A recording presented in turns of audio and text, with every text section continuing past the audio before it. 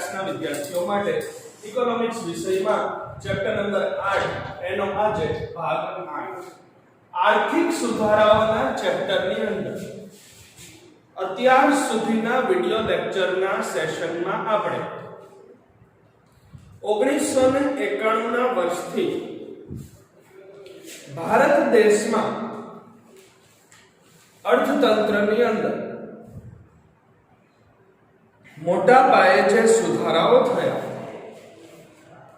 અથવા તો જે ક્રાંતિકારી પરિવર્તનો થયા એનો આપણે અભ્યાસ કરી રહ્યા છીએ. ભારતમાં 1991 પછી મુખ્યત્વે 3 સ્વરૂપે અર્થતંત્રમાં આર્થિક સુધારાઓ થયા છે. નંબર 1 ઉદારીકરણ, બીજો જે સુધારો થયો એ ખાનગીકરણ અને ત્રીજો સુધારો એ વૈશ્વિકીકરણના સ્વરૂપમાં અમલમાં મુકાયો છે. ભાગ 8 ચેપ્ટર નંબર 8 વિષય ઇકોનોમિક્સ, ધોરણ 11 કોમર્સ અને 11 આર્ટ્સ.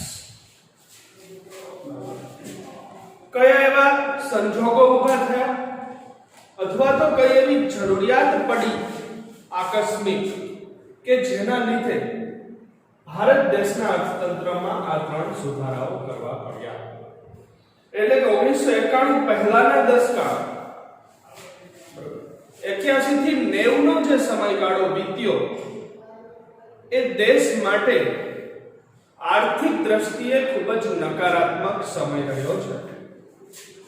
ભારત દેશના અર્થતંત્રની પાયમાલીનો સમયગાળો રહ્યો છે. એટલે કે 1981 થી 1990 નો દશકો એ ભારતના અર્થતંત્રનો કપરો અને કટોકટી ભર્યો સમય રહ્યો છે. રાજકીય અસ્થિરતા હતી એ વખતે દેશમાં. કેન્દ્રની અંદર એક પછી એક વિવિધ સરકારો બદલાતી ગઈ. રાજકીય સ્થિરતા ન સાધી શકાય. પરિણામે અનેક પક્ષોની વિચારધારામાં વિષમતા સર્જાતા દેશનું આર્થિક અને રાજકીય ચિત્ર નકારાત્મક બન્યું. કટોકટીના સંજોગો ઊભા થયા. દેશની નિકાસો ઘટી. દેશમાંથી વિદેશમાં મોકલવામાં આવતી વસ્તુઓ કે જેનું ઉત્પાદન મેન્યુફેક્ચરિંગ એ પ્રોડક્ટની ખેતી અથવા ઉત્પાદન એ ભારતમાં થાય છે અને ભારતમાંથી એનું વિદેશમાં વેચાણ કરવામાં આવે એ પ્રક્રિયા એટલે કે નિકાસ. ભારતમાં ઉત્પાદિત થયેલી ચીજવસ્તુઓને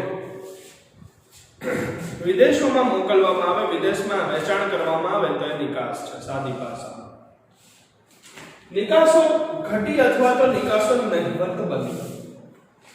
નિકાસ કમાણી એ ભારતની ઉપજી શકે એમ નહોતું અથવા નિકાસ 0 હતી અથવા સાવ નહિવત પ્રમાણમાં. તેની સામે આયાતો વધતી ગઈ. એટલે કે વિદેશોમાંથી મંગાવવામાં આવતી ચીજવસ્તુઓ અને સેવાઓ એનું પ્રમાણ સતત વધતું ગયું. વિદેશ વેપારના 2 પાસાઓ છે, આયાત અને નિકાસ.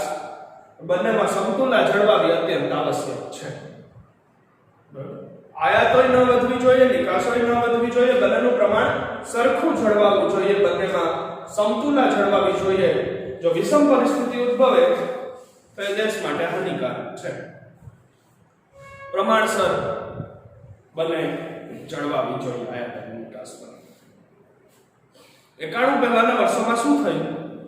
આયાતો વધતી ગઈ દેશની, એટલે કે વિદેશોમાંથી મંગાવવામાં આવતી ચીજવસ્તુઓ અને સેવાઓનું પ્રમાણ વધતું ગયું. સામે ભારતમાંથી મોકલવામાં આવતી ચીજવસ્તુઓ અને સેવાનું પ્રમાણ નિકાસ સ્વરૂપે ઘટતું ગયું. આયાત અને નિકાસમાં વિષમતા સર્જાણી. આયાતો ખૂબ વધી, નિકાસો નહિવત જેટલી બની. પરિણામે ભારત દેશનું વિદેશી દેવું વધતું ગયું અને એ વિદેશી દેવું ચૂકવવા માટે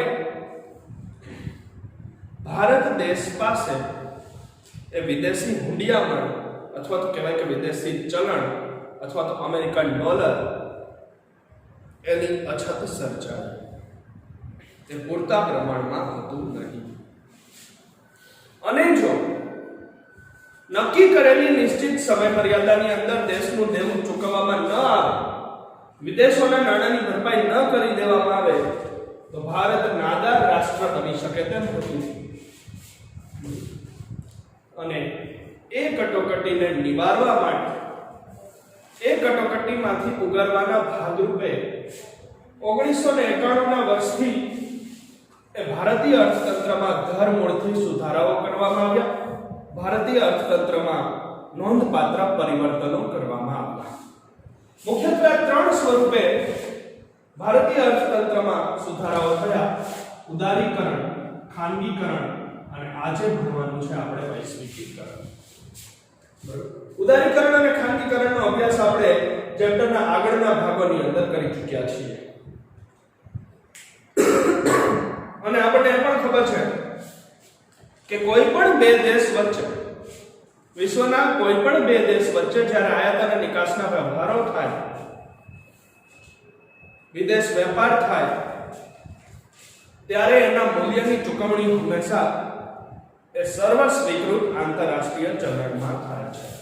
અને વિશ્વમાં વર્તમાન સંજોગોમાં, પ્રવર્તમાન સમયમાં સર્વ સ્વીકૃત આંતરરાષ્ટ્રીય ચલણ એ અમેરિકન ડોલર છે. અને ભારત કે વિશ્વનો કોઈ પણ બીજો દેશ હોય, દાખલા તરીકે ભારતનું ચલણ રૂપિયો છે અને યુરોપમાં ચલણ યુરો છે, ભારત અને યુરોપ વચ્ચે કોઈ પણ આયાત નિકાસના વ્યવહારો થાય છે તો ભારતે યુરોપને ચૂકવવાના થાય કે યુરોપ પાસેથી નાણાં લેવાના થાય, એ ચૂકવણી હંમેશા, લેવડ દેવડ હંમેશા અમેરિકન ડોલરમાં જ થવી જોઈએ.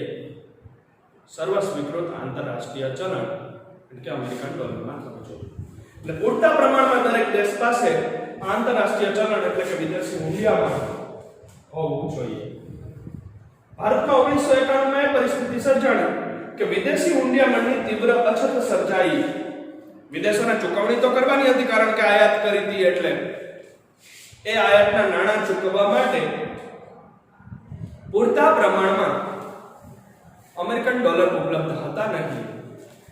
IMF, ઇન્ટરનેશનલ મોનેટરી ફંડ અને વર્લ્ડ બેંક એટલે કે વિશ્વ બેંક પાસેથી દેશનું સોનું ગીરવે મૂકી અને લોન લેવાના સંજોગો ઊભા થયા. દેશની કેન્દ્ર સરકાર અને RBI પાસે ઉપલબ્ધ સોનું ગીરવે મૂકી અને આ દેવું ચૂકવવા માટે આર્થિક કટોકટીમાંથી ઉગારવાના ભાગરૂપે એ લોન લેવાના સંજોગો ઊભા થયા. હવે IMF અને વિશ્વ બેંકે લોન તો આપી, પણ સામે આકરા પ્રતિબંધો મૂક્યા, આકરી શરતો મૂકી કે જો ભારત સરકારે પાલન કરવા સહમત થાય તો જ લોન મળી શકે એમ હતું. અને એમાંની એક શરત હતી કે દેશે આર્થિક સુધારાઓ લાગુ કરવા. ભારતના અર્થતંત્રને ફરીથી વેગવંતું બનાવવા માટે, ભારતના અર્થતંત્રની ગાડીને ફરીથી પાટે ચડાવવા માટે દેશમાં જો આ 3 મુખ્ય આર્થિક સુધારાઓ કરવામાં આવે તો જ એ બાબત શક્ય બની તેમ હતી. અને એ શરતના ભાગરૂપે પણ ભારત સરકારે 1 જુલાઈ 1991 થી ભૂતપૂર્વ વડાપ્રધાન ડોક્ટર મનમોહન સિંહ એ વખતે નાણાપ્રધાન હતા અને ડોક્ટર મનમોહન સિંહની અધ્યક્ષતામાં આ 3 સુધારાઓ અમલમાં મૂક્યા છે. ઉદારીકરણ આપણને ખબર છે કે દેશના બજારમાં, દેશના ઉદ્યોગ તંત્રમાં, દેશના વેપારીઓ ઉપર સરકારના એટલે કે રાજ્યના, કેન્દ્ર સરકારના ક્રમશઃ જે નિયંત્રણો હતા અથવા તો ક્રમશઃ જે પ્રતિબંધો હતા એને હળવા બનાવતા જવું, અને સંપૂર્ણપણે નાબૂદ નથી કરવાના પણ એને ઘટાડતા જવું, એને ઓછા કરતા જવું, એને હળવા બનાવતા જવું, એ પ્રક્રિયા એટલે ઉદારીકરણ. ઉદારીકરણ કોને કહેવાય અને એની અસરો શું થઈ ભારતમાં એ વિશે આપણે ભણી ગયા છીએ. આર્થિક સુધારાઓનું બીજું મુખ્ય ઘટક ખાનગીકરણ, કે જેમાં સરકાર હસ્તકના જાહેર એકમોનું ખાનગી સાહસોને વેચાણ કરી દેવામાં આવે, ખાનગી સાહસોમાં રૂપાંતરિત કરી નાખવામાં આવે. એ સરકાર હસ્તકના જે કંઈ જાહેર સાહસો છે, કંપનીઓ છે કે ઔદ્યોગિક એકમો છે કે સંસ્થાઓ કે પેઢીઓ છે, એના નિયંત્રણ અને અંકુશ, એની શેર મૂડીનો અમુક હિસ્સો એ સરકાર સરકાર પોતાને હસ્તક હતો એમાંથી ખાનગી પેઢી વ્યક્તિ કંપનીને સોંપી દે, વેચાણ કરી દે, તો એ પ્રક્રિયાને ખાનગીકરણ કહેવામાં આવે છે. આવા સંજોગોમાં સરકારનો એ એકમ ઉપરથી અંકુશ અને નિયંત્રણ પૂરા થઈ જાય છે અને ખાનગી ક્ષેત્રને આધીન બને છે. હવે આપણે ભણવાનું છે વૈશ્વિકીકરણ. ત્રીજું ઘટક આર્થિક સુધારાઓનું એ વૈશ્વિકીકરણ અને સૌથી પહેલા એનો અર્થ.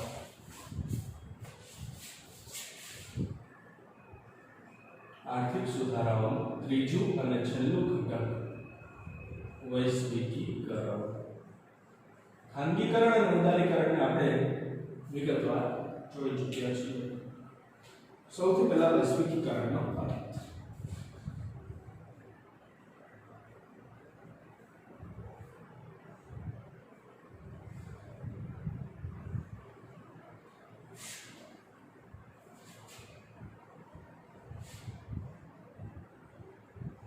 વૈશ્વિકીકરણ એટલે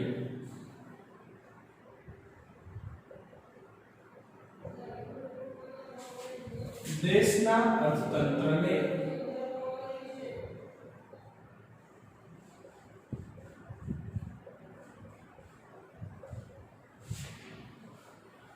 વિશ્વના અર્થતંત્ર સાથે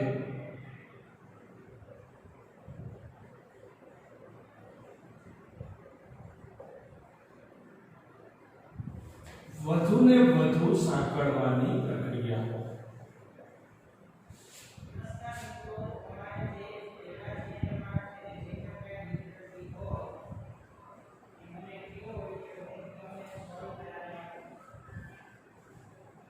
બીજી વ્યાખ્યા જોઈ હોય વૈશ્વિકીકરણની, તેની અંદર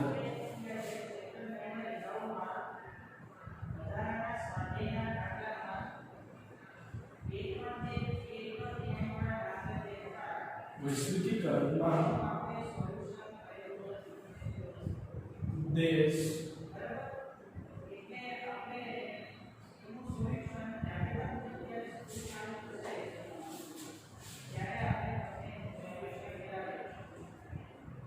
દેશ દુનિયાના દેશો સાથે આર્થિક સંબંધો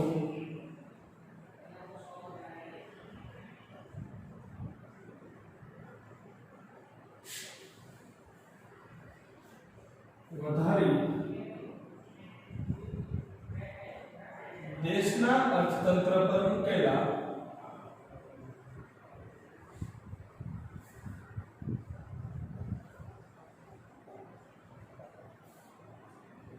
અંકુશો ક્રમશઃ નાબૂદ કરે છે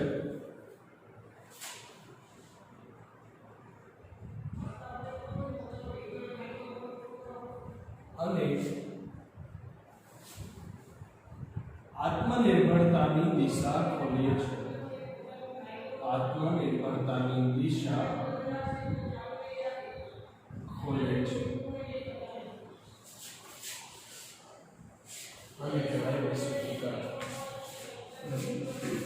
આર્થિક સુધારાઓનું ત્રીજું ઘટક ખાનગીકરણ અને ઉદારીકરણ સમજ્યા પછી હવે વાત આવે છે વૈશ્વિકીકરણની.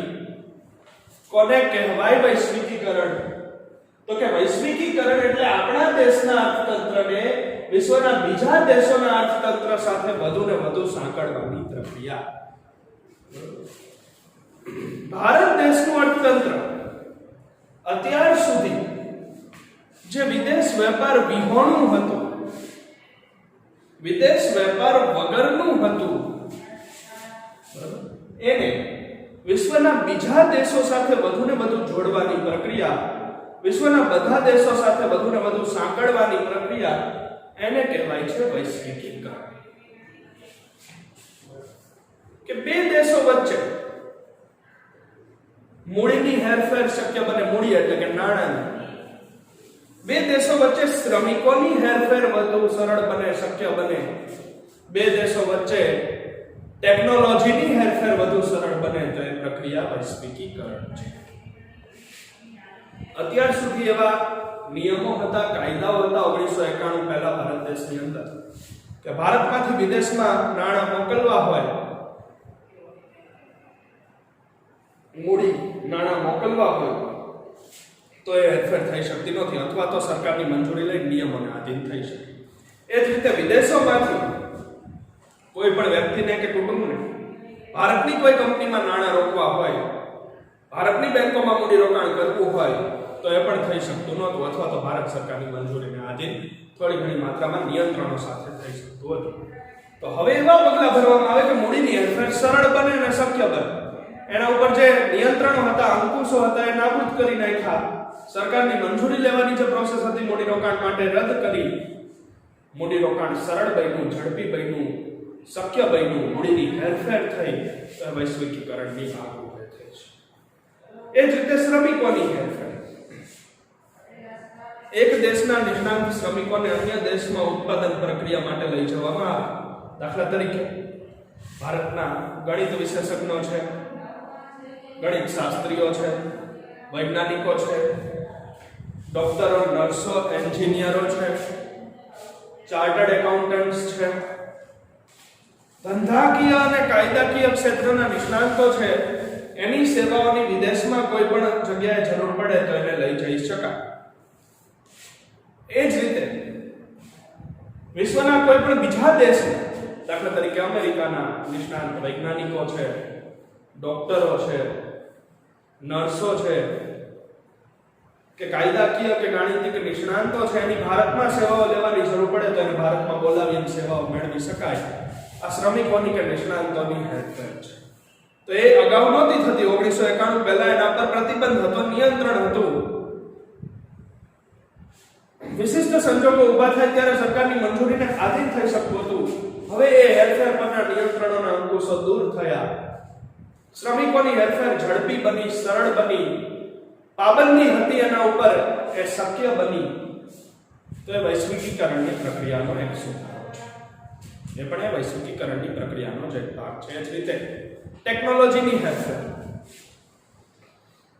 વિદેશનું કોઈ પણ મશીન, કોઈ પણ સાધન, કોઈ પણ ઇલેક્ટ્રોનિક્સ ઉપકરણ એની ભારતમાં જરૂર પડે તો એને આપણે લાવી શકીએ. કમ્પ્યુટર છે, ઇન્ટરનેટ છે, કોઈ પણ સાધન, કોઈ પણ ચીજ વસ્તુ. એ જ રીતે ભારતની બનાવટની કોઈ પણ ચીજ વસ્તુ કે ઇલેક્ટ્રોનિક્સ ઉપકરણ છે એને આપણે વિદેશમાં લઈ જઈ શકીએ. તો એ ટેકનોલોજીની હેરફેર છે, જેના ઉપર અગાઉ 1991 પહેલા નિયંત્રણ હતું, પાબંદી હતી અને વૈશ્વિકીકરણ અમલમાં મૂક્યું ત્યારથી એને છૂટછાટો આપવામાં આવી. તો એ ટેકનોલોજીની હેરફેર છે. આ રીતે એક દેશનું અર્થતંત્ર અને ખાસ કરીને આપણા ભારત દેશના અર્થતંત્રને બીજા દેશના અર્થતંત્રો સાથે વધુને વધુ પ્રમાણમાં જોડવાની પ્રક્રિયા, વધુને વધુ પ્રમાણમાં સાંકળવાની પ્રક્રિયા, એને કહેવાય છે વૈશ્વિકીકરણ. વૈશ્વિકીકરણ એટલે શું? કોને કહેવાય વૈશ્વિકીકરણ?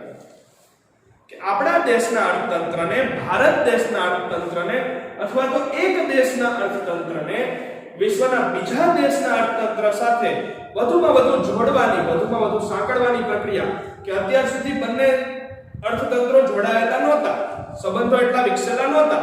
મૂડીની હેરફેર પર પ્રતિબંધો હતા, ટેકનોલોજીની હેરફેર પર પ્રતિબંધો હતા, શ્રમિકોની હેરફેર પર પ્રતિબંધો હતા. અને વધુને વધુ પ્રમાણમાં જોડવામાં આવે, સાંકળવામાં આવે તો એ પ્રક્રિયા એટલે વૈશ્વિકીકરણ. દેશના અર્થતંત્રને અત્યાર સુધી જે વિદેશોના કોન્ટેક્ટથી, વિદેશના સંપર્કથી મુક્ત રાખવામાં આવ્યું હતું, વિદેશ વેપાર વિહોણું અર્થતંત્ર હતું. અર્થતંત્રના વિદેશી દેશો સાથે સંબંધો નહોતા, એને જોડવામાં આવે સંબંધોથી, એને સાંકળવામાં આવે પરસ્પર બે દેશના અર્થતંત્રને. એ પ્રક્રિયા એટલે વૈશ્વિકીકરણ. ત્યાર પછી વૈશ્વિકીકરણમાં દેશ દુનિયાના દેશો સાથે આર્થિક સંબંધો વધારી દેશના અર્થતંત્ર પર મૂકેલા અંકુશો ક્રમશઃ નાબૂદ કરે છે અને આત્મનિર્ભરતાની દિશા ખોલે છે. વૈશ્વિકીકરણ એ એવી પ્રક્રિયા છે, વૈશ્વિકીકરણ એવી પ્રોસેસ છે, વૈશ્વિકીકરણ એ આર્થિક સુધારાઓનું એવું ઘટક છે કે જેની અંદર આપણો ભારત દેશ દુનિયાના બીજા દેશો સાથે આર્થિક સંબંધો સુધારે છે, આર્થિક સંબંધો વધારે છે. કારણ કે દુનિયાના દેશો સાથે व्यापारिक संबंधो રાખવાના, દુનિયાના બીજા દેશો સાથે આર્થિક સંબંધો રાખવાના માઠા પરિણામો ભારત દેશ ભોગવી ચૂક્યો હતો અંગ્રેજ શાસનના ભાગરૂપે, અંગ્રેજ શાસનના સ્વરૂપે. એમાં પણ ઈસ્ટ ઇન્ડિયા કંપની વેપાર કરવાના બહાને ભારતમાં આવી હતી અને પછીથી અંગ્રેજોનું શાસન દેશમાં સ્થપાઈ ગયું અને 1947 સુધી દેશે એના માઠા પરિણામો ભોગવા, ગંભીર પરિણામો ભોગવા. એટલે અત્યાર સુધી ભારત દેશના વિશ્વના દેશો સાથે આર્થિક સંબંધો નહોતા 1991 સુધી. એ સંબંધો વધારવા, એને સુધારવા, સ્થાપવા અને ક્રમશઃ દુનિયાના દેશો સાથે વેપાર કરવા બાબતે જે નિયંત્રણો મૂકાતા, પાબંદીઓ મૂકી હતી, અંકુશો મૂકાતા, એને ક્રમશઃ ધીમે ધીમે ઘટાડતા જવું, ઓછા કરતા જવું અને છેલ્લે સંપૂર્ણપણે નાબૂદ કરી દેવા, એ પ્રક્રિયાને વૈશ્વિકીકરણ કહેવામાં આવે છે. એટલે કે વૈશ્વિકીકરણની પ્રક્રિયામાં ભારત દેશમાં શું થાય છે? વૈશ્વિકીકરણની પ્રક્રિયામાં ભારત દેશમાં કેવા કેવા પરિવર્તનો થયા છે? વૈશ્વિકીકરણની ભારત દેશમાં શું અસર થઈ છે? અથવા તો વૈશ્વિકીકરણથી ભારત દેશમાં કયા ફેરફારો થયા? તો કે ફેરફારો એ થયા, પરિવર્તન એ થયું કે દેશ માટે વિદેશોના દ્વાર ખુલી ગયા અને ભારતના દ્વાર પણ વિદેશો માટે ખુલી ગયા. ભારત દેશના વિશ્વના બીજા દેશો સાથે આર્થિક સંબંધો સુધર્યા, વેપારિક સંબંધો વધ્યા અને નહોતા અહીંયા સુધર્યા. અને ભારત દેશે બીજા દેશો સાથે વેપાર કરવા માટે જે ક્રમશઃ નિયંત્રણો મૂક્યા, પ્રતિબંધો મૂક્યા, અનેક પ્રકારના અંકુશો અને પાબંદીઓ અમલમાં મૂકી હતી, એ ધીમે ધીમે ઘટતી ગઈ અને છેલ્લે નાબૂદ થતી ગઈ પાબંદીઓ અને દેશ આર્થિક વિકાસ તરફ આગળ વધ્યો, આત્મનિર્ભરતાની દિશામાં દેશ આગળ વધ્યો. એ પ્રક્રિયા વૈશ્વિકીકરણને કારણે થઈ છે. તો ટૂંકમાં વૈશ્વિકીકરણ એટલે આપણા ભારત દેશના અર્થતંત્રને અથવા તો એક દેશના અર્થતંત્રને વિશ્વના બીજા દેશો સાથે વધુને વધુ પ્રમાણમાં જોડવાની, વધુને વધુ પ્રમાણમાં સાંકળવાની પ્રક્રિયા. હવે ભારત દેશમાં વૈશ્વિકીકરણ માટેની મહત્વની બાબતો આપણે જોવાની છે.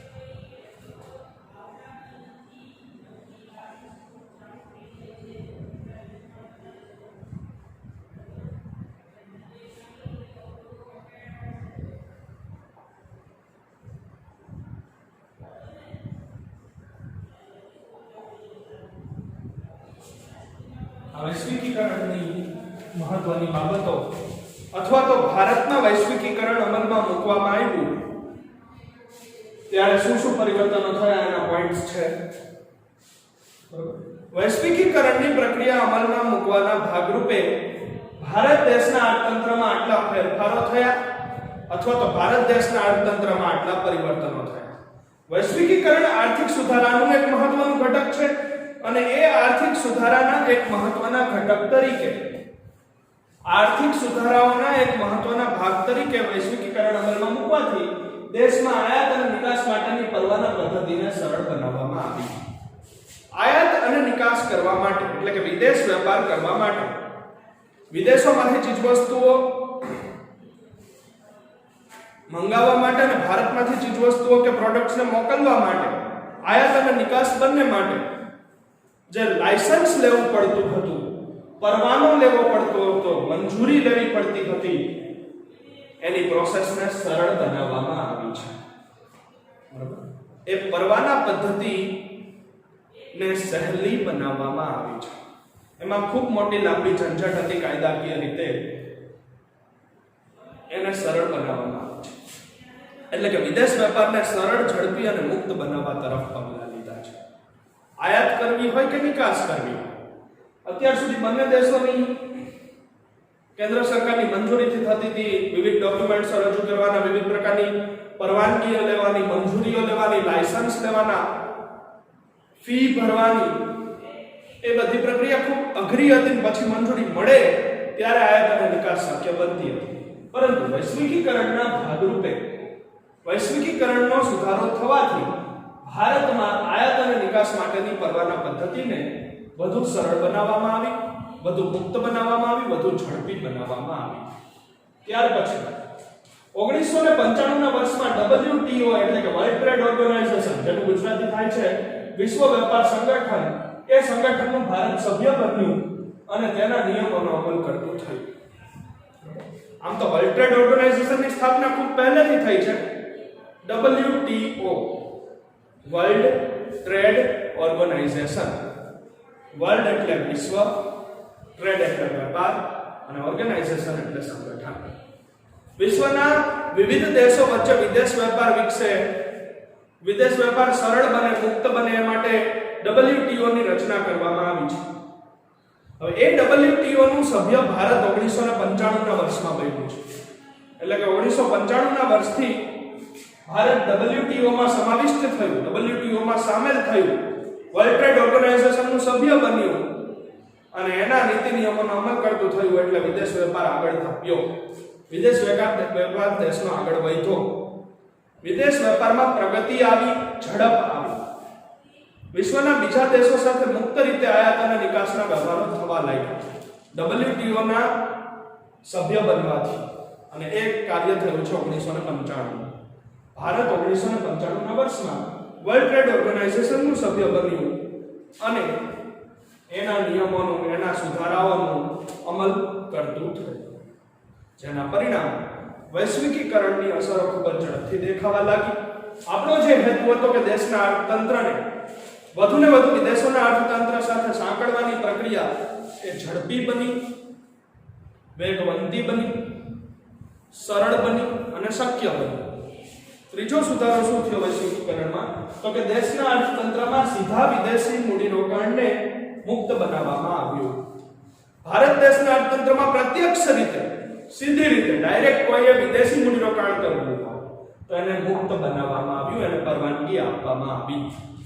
બરોબર? ફરીથી આપણે સમજીએ કે વૈશ્વિકીકરણના સુધારાના ભાગરૂપે જ ભારત દેશમાં આર્થિક સુધારાઓ ના ઘટક તરીકે વૈશ્વિકીકરણનું પગલું ભરવામાં આવ્યું. એ વૈશ્વિકીકરણને લીધે જ, એ વૈશ્વિકીકરણના સુધારાના ભાગરૂપે જ દેશના અર્થતંત્રમાં સીધા એટલે કે ડાયરેક્ટ, પ્રત્યક્ષ વિદેશી મૂડીરોકાણને મંજૂરી આપવામાં આવી. કે વિદેશોમાંથી કોઈ પણ વ્યક્તિને ભારતની કોઈ કંપનીમાં શેર ખરીદીને મૂડીરોકાણ કરવું હોય, ભારતની કંપનીઓમાં ડિબેન્ચર ખરીદવા હોય, ટૂંકમાં વિદેશના નાણાં ભારતમાં રોકવા હોય તો એને મંજૂરી આપવામાં આવી, પરવાનગી આપવામાં આવી, વિદેશી મૂડીરોકાણને મુક્ત બનાવવામાં આવ્યું. આવ્યું. ત્યાર પછી હજી આપણે બે ત્રણ પોઈન્ટ વૈશ્વિકીકરણની અંદર સમજવાના છે. પોઈન્ટ નંબર 4 થી આની આગળ શરૂઆત કરીએ.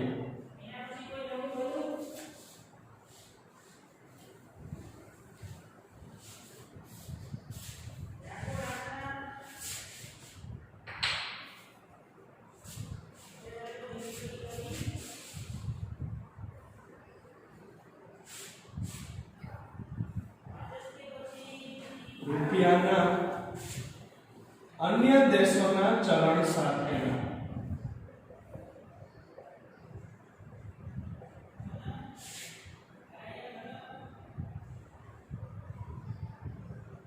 વિનિમય દરને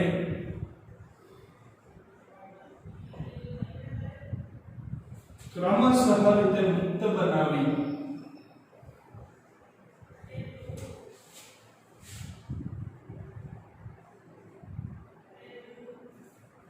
વિદેશી હુંડિયામણના ખરીદ વેચાણને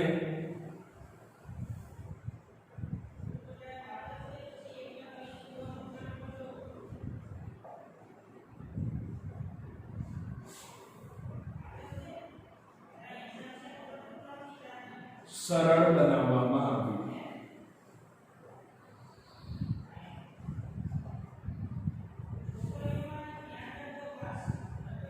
ત્યાર પછી દેશના ઉદ્યોગકારો અને રોકાણકારોને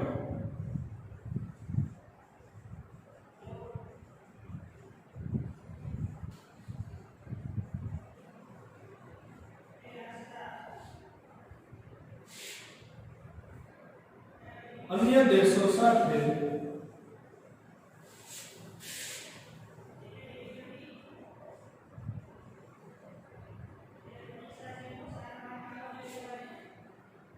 આર્થિક વ્યવહારો કરવાની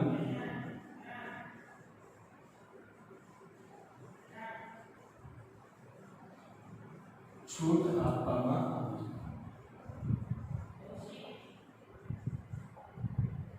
ત્યાર પછી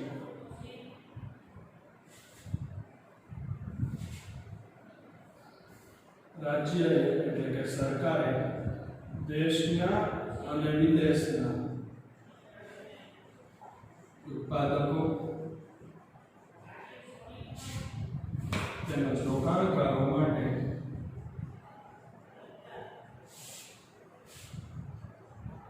તટસ્થ નીતિનો અમલ કર્યો.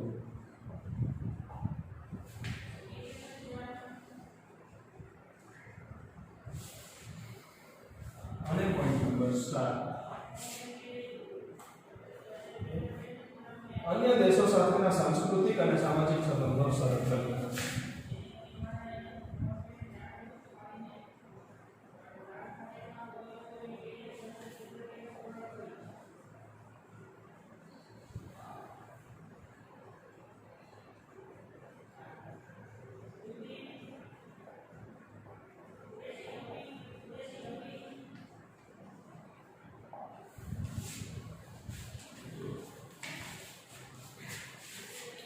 વૈશ્વિકીકરણના ભાગરૂપે જ બીજી 4 અસરો ભારત દેશના અર્થતંત્રમાં થઈ છે.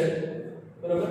એમાં પોઈન્ટ નંબર 4 માં તો કે રૂપિયાના અન્ય દેશો સાથેના ચલણ સાથેના વિનિમય દરને ક્રમશઃ મુક્ત બનાવવામાં આવ્યો અને વિદેશી મૂલ્યવર્ણના ખરીદ વેચાણને સરળ બનાવવામાં આવ્યું.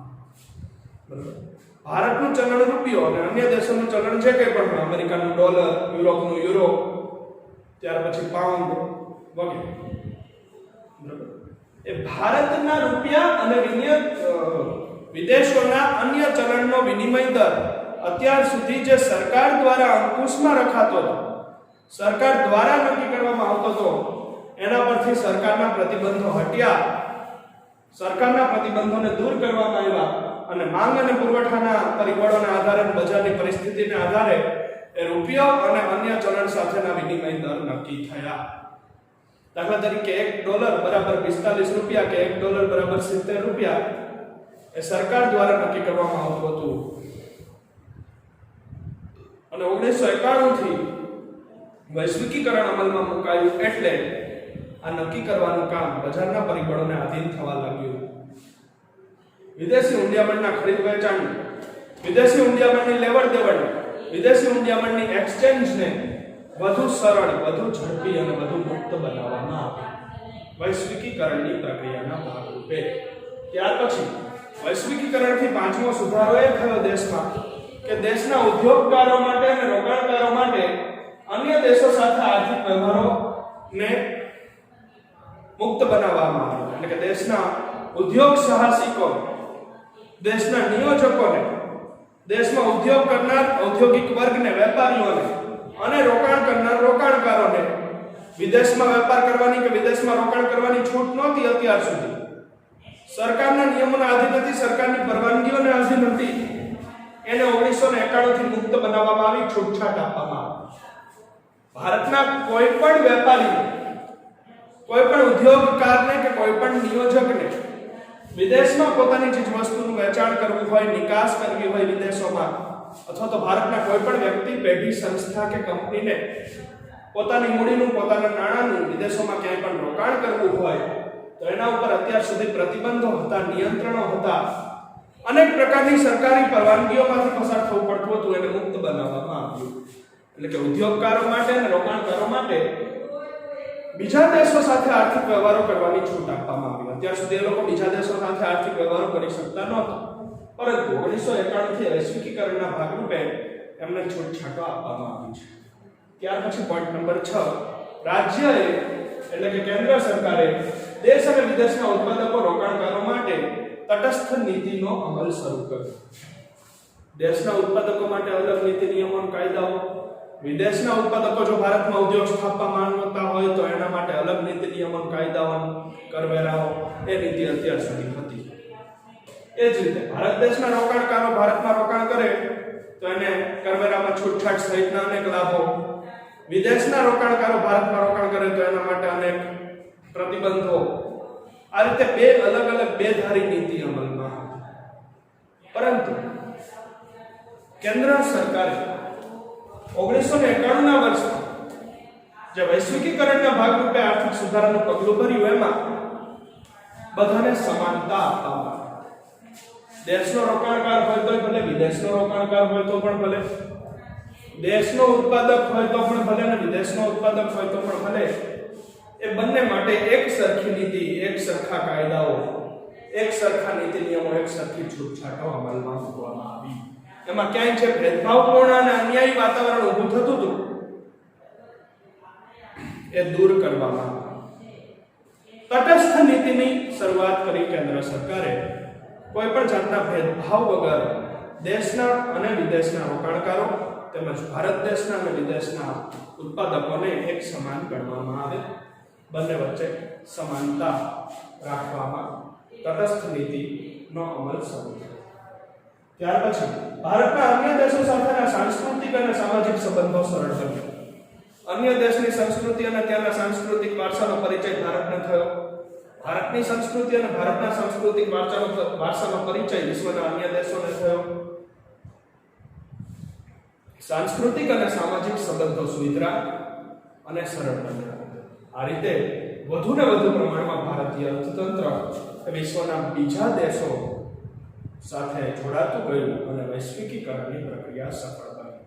તો આ સાથે આપણે આર્થિક સુધારાઓના ત્રણ અગત્યના અને મહત્વના ઘટકો એ ખાનગીકરણ અને વૈશ્વિકીકરણ અને ઉદારીકરણનો પરિચય મેળવ્યો છે.